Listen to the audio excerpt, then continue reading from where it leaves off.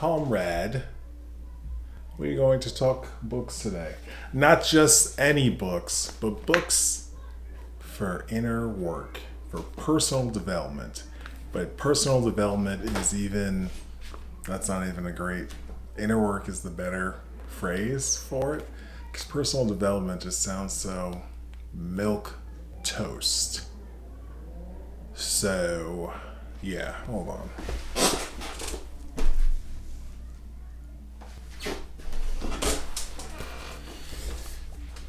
So, we're in some books, some recent books that I have read and come across, and some classics that I always recommend, if not flat out just give to people, because these books are so juicy in the best way of doing inner work. So first, we'll start with this book, which I'm holding in my hands, which is... What? No. Shambhala, The Sacred Path of the Warrior by Chögyam Trungpa. Excellent text. While Chögyam Trungpa is a Buddhist teacher, overall, this book is more of a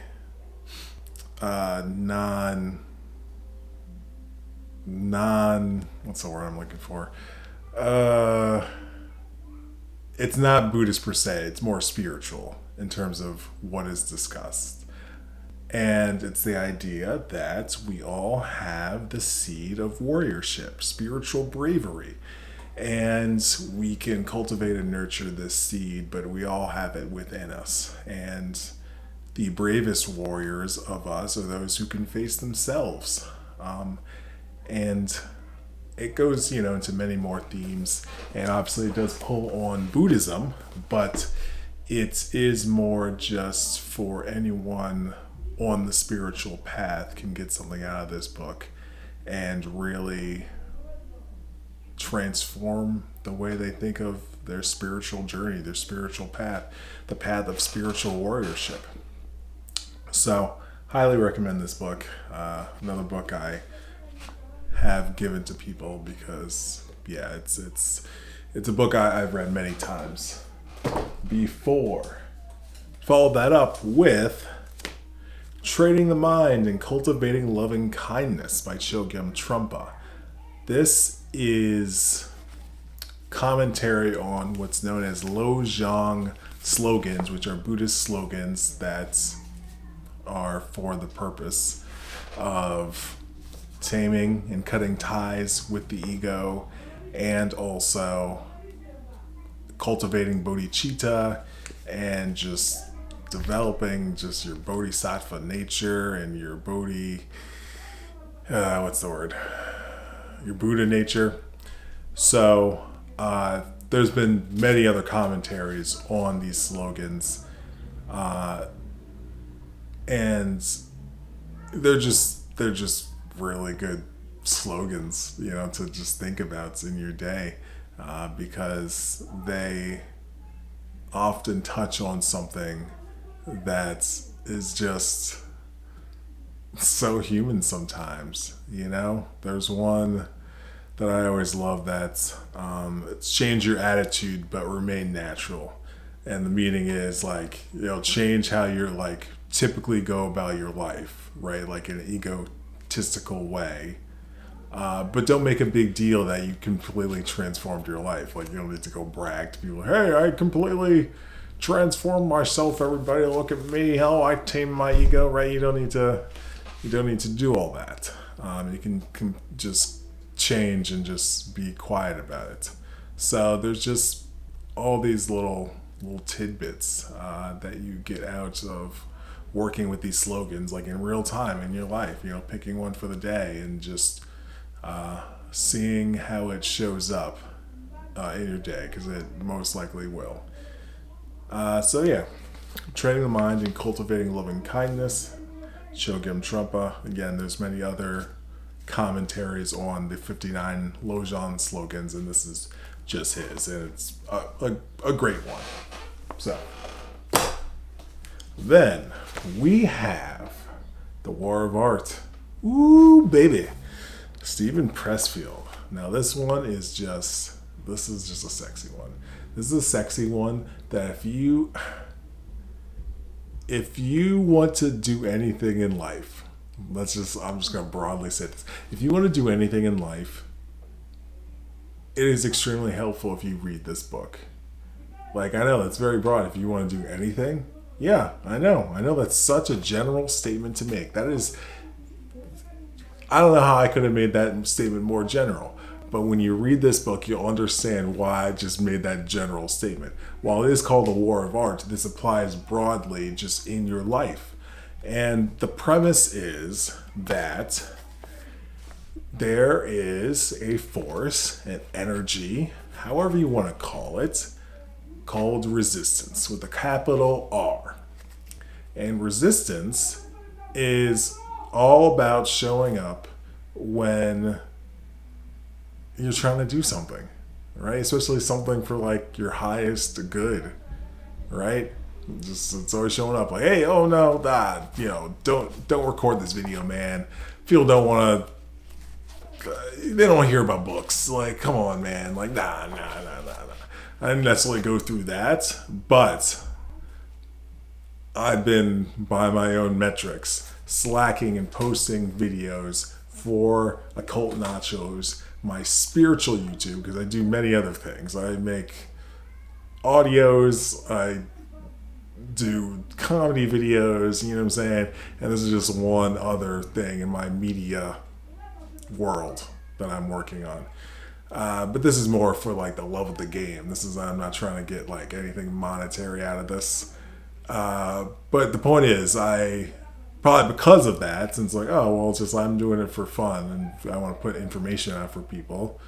To some extent, I don't take it as seriously. And so I haven't been posting videos and it's bothered me. So I was going to record some like audio stuff, but I don't know if you can hear it right now. But my neighbors, they're being loudish. So I don't necessarily mind if I'm recording a video like this and like they're loud. But it's just funny when something's only audio, it just has to be the perfect environment. I'm not going to record if there's yelling and screaming. So usually it's like I'll end up recording at like fucking midnight. Or if I do it early in the morning before like everyone gets all riled up. But the point I'm trying to make, I was trying to make an excuse not to record this video. Because I was going to record audio first, but then I was like, no, it's a little too loud right now. I thought it wasn't loud because I was listening to music, then I turned the music off, and I was like, oh, no, they're... I thought I couldn't hear them, but it's because the music was blocking the loudness out. Classic. But, I didn't want to give in to resistance. I was like, no, I know it's been a minute, but I didn't want that. You can't let spirals continue and can't let that resistance continue. And that's what this book teaches you. It talks about like just when the muse shows up, you gotta be like, yo, what's up, muse? What we doing? Not like, oh, muse, I don't know if we can hang out. It's like, I got another thing with the thing, and no. You need to spend the time with the muse and stop letting resistance win and stop you from doing the thing. And again, the thing could be anything, not just art, but he's a writer, so he frames it from the perspective of art, but this literally could be applied to anything. Like getting married, where it's like, you shouldn't marry that guy, right? It could be like, a great guy for you. I'm not saying like in some intuitive thing that's like, no, you shouldn't marry this person. No, like listen to your intuition, people. But something illogical that's going against your best interest, So War of Art, break through the blocks and win your inner creative battles. But and it's it's cool how it's done because it's like just real short little sections. I'm not sure if you can see that. Maybe you can. I don't know. but it's real quick. And like the first half is just talking about resistance and what resistance, like how it shows up and how it tricks you and how it manipulates you into, again, not doing your shit. Whatever your shit is that for your highest good, like I know what that looks like for me, where I was talking about all the media stuff I'm working on. Right? So if anytime I'm like, yeah, I don't need to work on that for like a month. I mean, that would be absurd to me. But yeah, this is resistance. Like I realize how it shows up for me, and I essentially am creating systems that help me just very easily do the things I need to do. Right? You gotta lower your decision fatigue, people. Lower your decision fatigue. Okay? They don't talk about that in this book, but that's just an additional tip for everybody. Lower your decision fatigue. If you don't know what decision fatigue is, look that up and then lower it and eliminate it. But yeah, The War of Art, Stephen Pressfield. Break through the blocks and win your inner creative battles.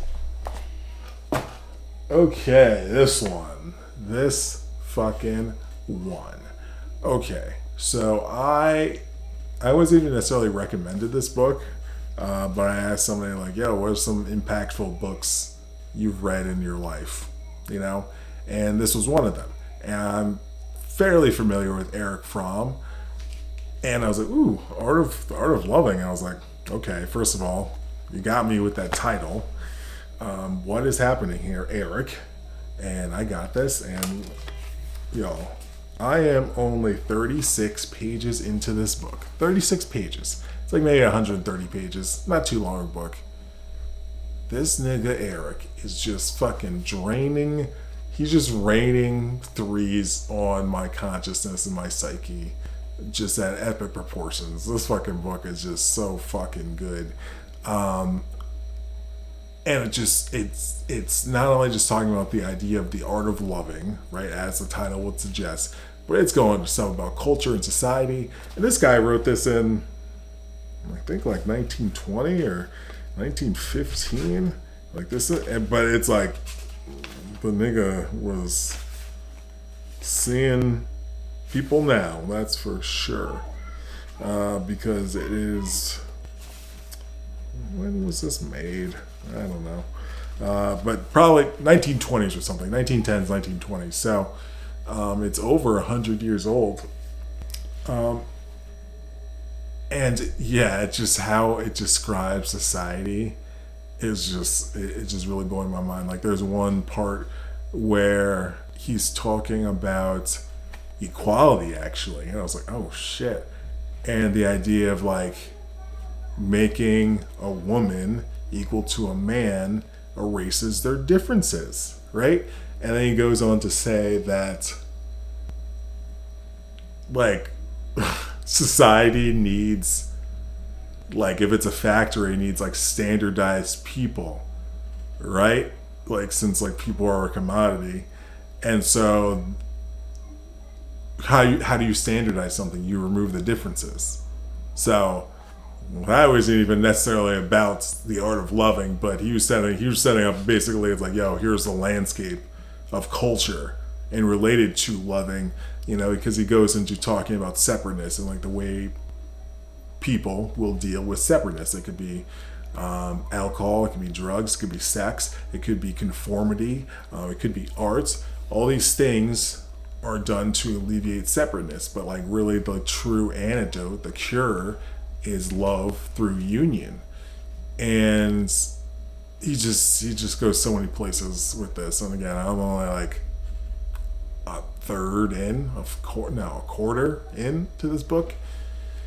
And yeah, those psychoanalysts. And I have this theory now that if you go hard enough in a certain field, like you go hard, you're just curious as fuck, you're going in, you're like, nah, I don't care, people said that was whatever, I'm gonna keep going. And you keep going in, it seems you always arrive at like a cult wisdom, a cult understanding. It's very fascinating to me. And yeah, I mean, I feel Erich directly. I'm saying Erich like, oh, Erich, like my buddy. Well, he's my buddy. Oh, me and Erich. But there are some direct statements he says that are very mystical and very occult. Yeah, like where he's like not even like putting like psychological brackets around it. He's like, no, this is occult shit, my nigga. This is occult shit. So, great book. Only a quarter of the way in, but excellent book. So, highly recommended. Again, The Art of Loving by Erich Fromm? I don't know. Oh, by the way, a fun fact about, so I got this book used, and it came with a $20 franc from France. I was like, what? Like, that is so fucking cool. Like, that was just a nice little just bonus there. Like, oh, no, it's my bookmark. I guess someone else had it in there as a bookmark, most likely. Or someone slipped me 20 francs. Francs. I don't know how you say it. And by the way, shout out to French money. I don't know if it's still the way, because this is from like 1997, I believe. They put like artists on their money, and I was thinking like, yeah, why? Presidents are so dumb. Put artists on there. Like, can I get Miles Davis on my $20 bill or something? You know? Can I get Prince on a $5 bill? All I'm saying. All I'm saying, folks. Anyways, Art of Loving, Erich Fromm. Okay, this one. Tree of Life by Brother A. Rashid. He's out here in these occult streets. Has a lot of great merchandise and apparel. And yeah, this is an excellent text going into a deeper layer of knowledge and wisdom related to the Tree of Life, and tying it into the Torah and actually connecting physical symbols in the Torah to the Tree of Life. So I'm still reading this one. It's also a short book, and I'm probably, I don't know, maybe a third through it. But yeah, it's great. Highly recommend it. You can find him on Instagram, or just look up Brother A.A. Rashid. Tree of Life. It's out there. It's out there. All right. Next, we have this one. Oh, baby. Oh, baby. Oh, baby. Oh, baby. So, The Courage to be Disliked.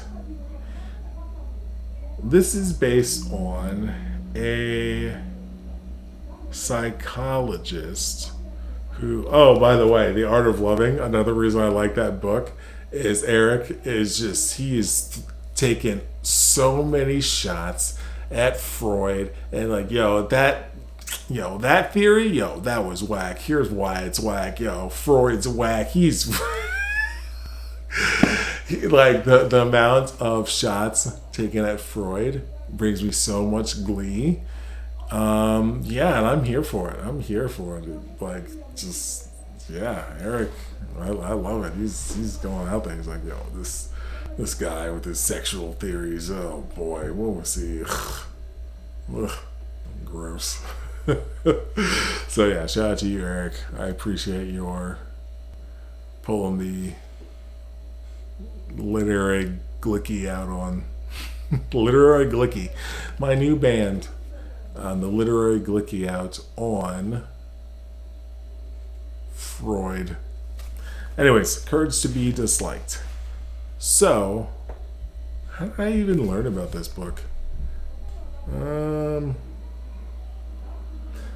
Oh, well, I saw a YouTube video where someone was talking about it. I didn't watch the video, but I just saw the title of the book, and I was like, I'm interested just based on the title of that book. What's going on here?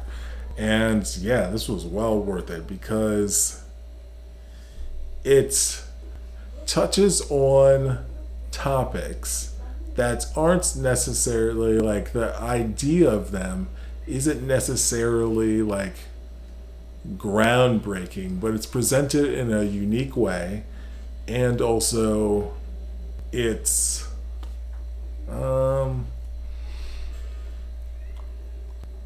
yeah, just how it's explained. The perspective on these topics and themes is just great. And as the title would suggest, they talk about having the courage to be disliked.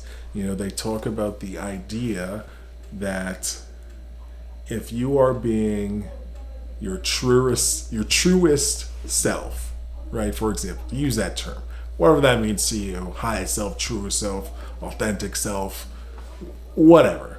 Just like you're out here in these streets, like being you to the nth degree. Explains that in the course of doing that, just being yourself in the best possible way, there's naturally going to be people who are like, what the fuck is wrong with this guy posting videos about books that help people with inner work?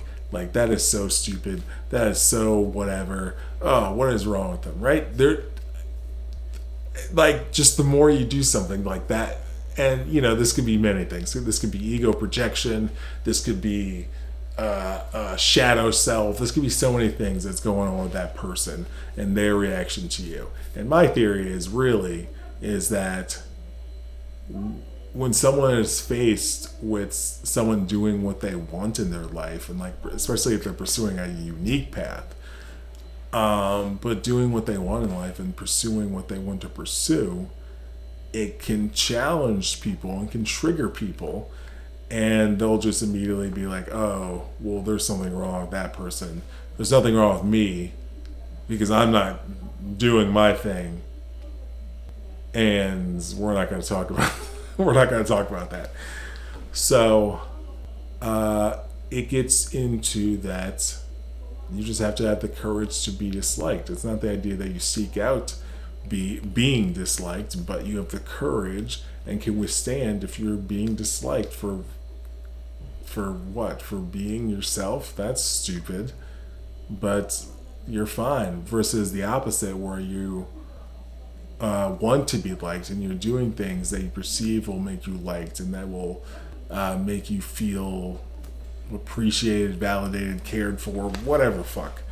But you're doing things to get that sort of external validation, attention, appreciation, notice, so many things. And that's not good, to say the least. That ain't good. That ain't good, because it's so fickle. It's always going to be so fickle because people are so fickle. And what can't be fickle, or what shouldn't be fickle, is how you perceive yourself, right? And what do you like about yourself? And regardless of that, what other people think is irrelevant. So, having the courage to be disliked is just an important skill to have, and frankly, that'll make people like you more, because you're not giving off like a needy energy. You're not giving off like, oh, please like me, because people can feel that. People can feel when someone's like needy, wants attention, sort of thing. So, yeah, don't do that, and have the courage to be disliked. And really, if like you're around people who like for whatever reason don't like what you're doing, when it's like something positive for you and helpful to the world, at the very least it's positive for you, then those aren't the people for you, likely. So that's another thing to consider. So, The Courage to Be Disliked: How to Free Yourself, Change Your Life, and Achieve Real Happiness, by Ichiro, Kishimi, and Fumitake Koga. And I was going to say, it's based on a psychologist who was around the time of Freud and Jung, which also ties into Erich Fromm, that group around that time, the niggas was onto something. They were onto something. But Alfred Adler, that's what like the Alderian psychology is what this book is based on at its core. So a lot of the premises are based on Alfred Adler. So also note. And another interesting thing is that the book is philosopher-student format, where essentially this student goes to see this philosopher, like lives on a mountain, and he's like, yo, I heard this is what you think about life, and I think that's wrong, and I'm going to prove you wrong. And the philosopher's like, oh, okay, sounds fun, all right. And like over the course of like 3 days, like he comes and goes, and they just talk about all these different topics, all these different themes and scenarios, just about life and living and how to live, and doing things in your own best interests versus wanting to be liked and for approval. And yeah, it's just an interesting format. It's not just a straight book about like, here's why you should have the courage to be disliked. It talks about it in the context of their conversation.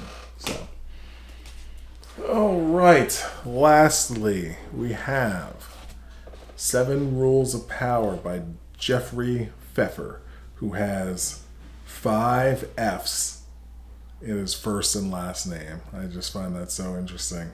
There's so many F's and 2 R's and 3 E's. So his name is basically just F's, R's, and E's, and a few other letters. Just a few F's, R's, and E's, and then like, I don't know, P in there, and a J. Interesting. Jeffrey Pfeffer. Surprising but true advice on how to get things done and advance your career. Now, I'm not necessarily looking to advance my social work career.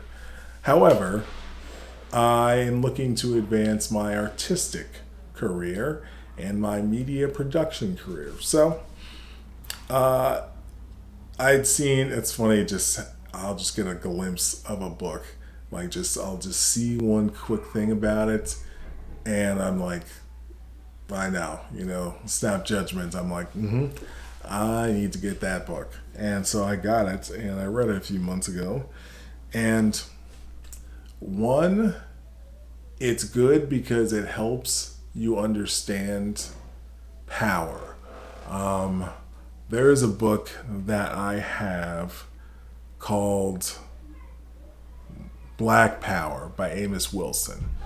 And that book just starts off literally talking about power and the different types of power and different ways power will use different tactics toward its own ends.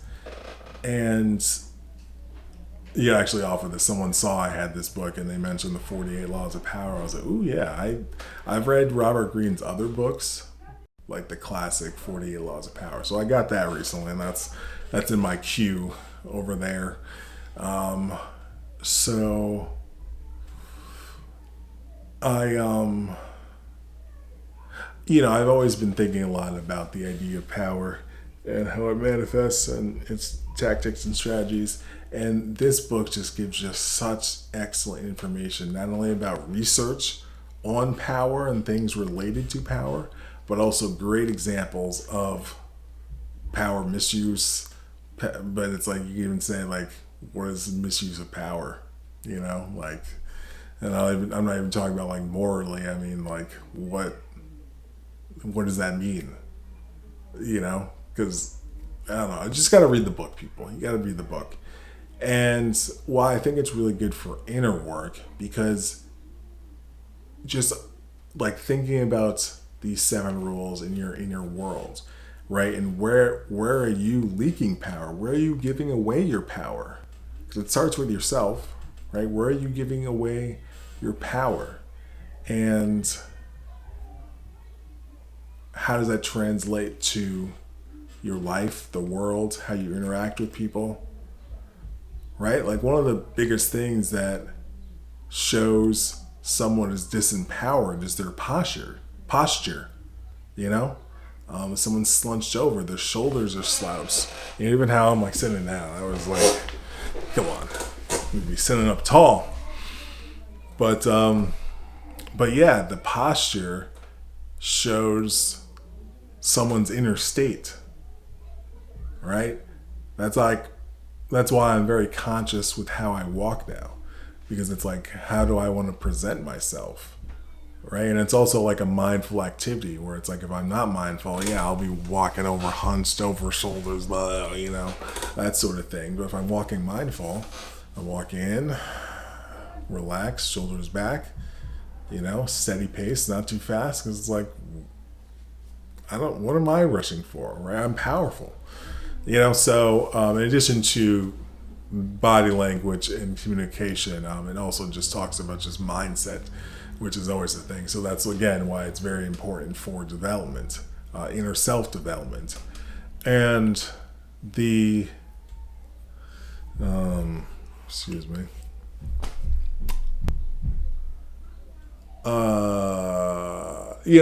That's what I was going to say.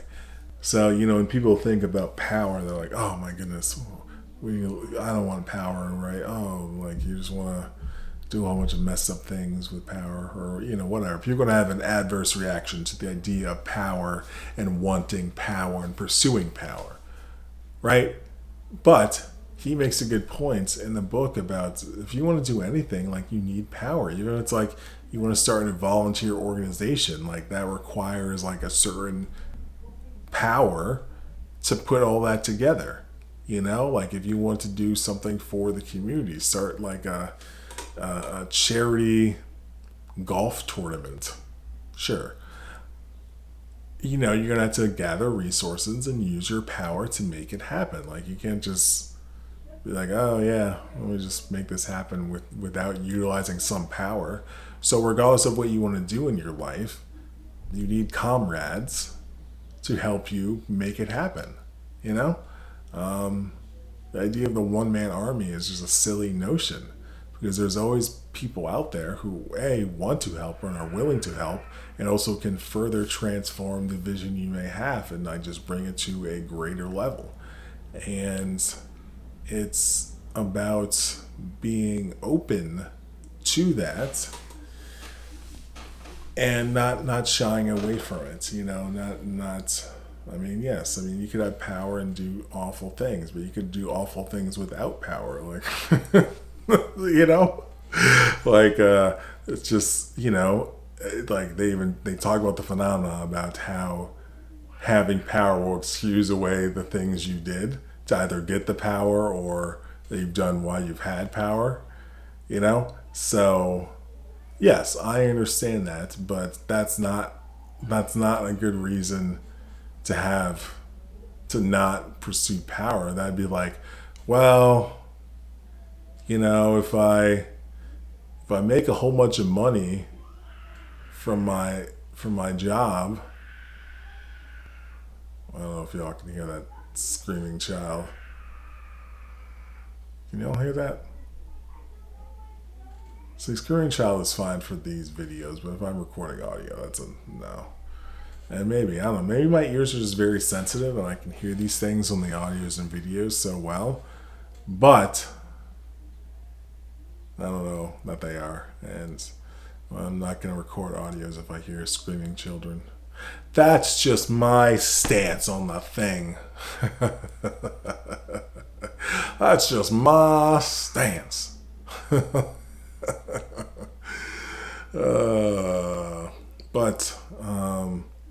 Yeah, that's just like me saying, well, I don't want to make a whole bunch of money because then I might like invest it poorly or use it poorly or buy stupid things. Well, yes, that could happen, but that's not a reason to be like, I'm not going to make more money. So, what I'm hearing is that people just have very little self-control when they gain power. And we know this, but that's why you all need to meditate. I haven't said meditation once this video, but I think going forward, I need to at least say meditation twice at the beginning of the video and at the end of the video. So meditation, again, you should be meditating. So then when you develop your power, you're not going to sexually harass interns. You're not going to use the company credit card to buy lottery tickets. I don't know if you can use lottery ticket, credit cards to buy lottery tickets, but you'll try it because you have power. But you're not grounded. Anyways, those are my book selections. Check them out. You literally could probably get all those books for $43. So you have no excuse. Go read a book. Go read a book. Okay. Bye.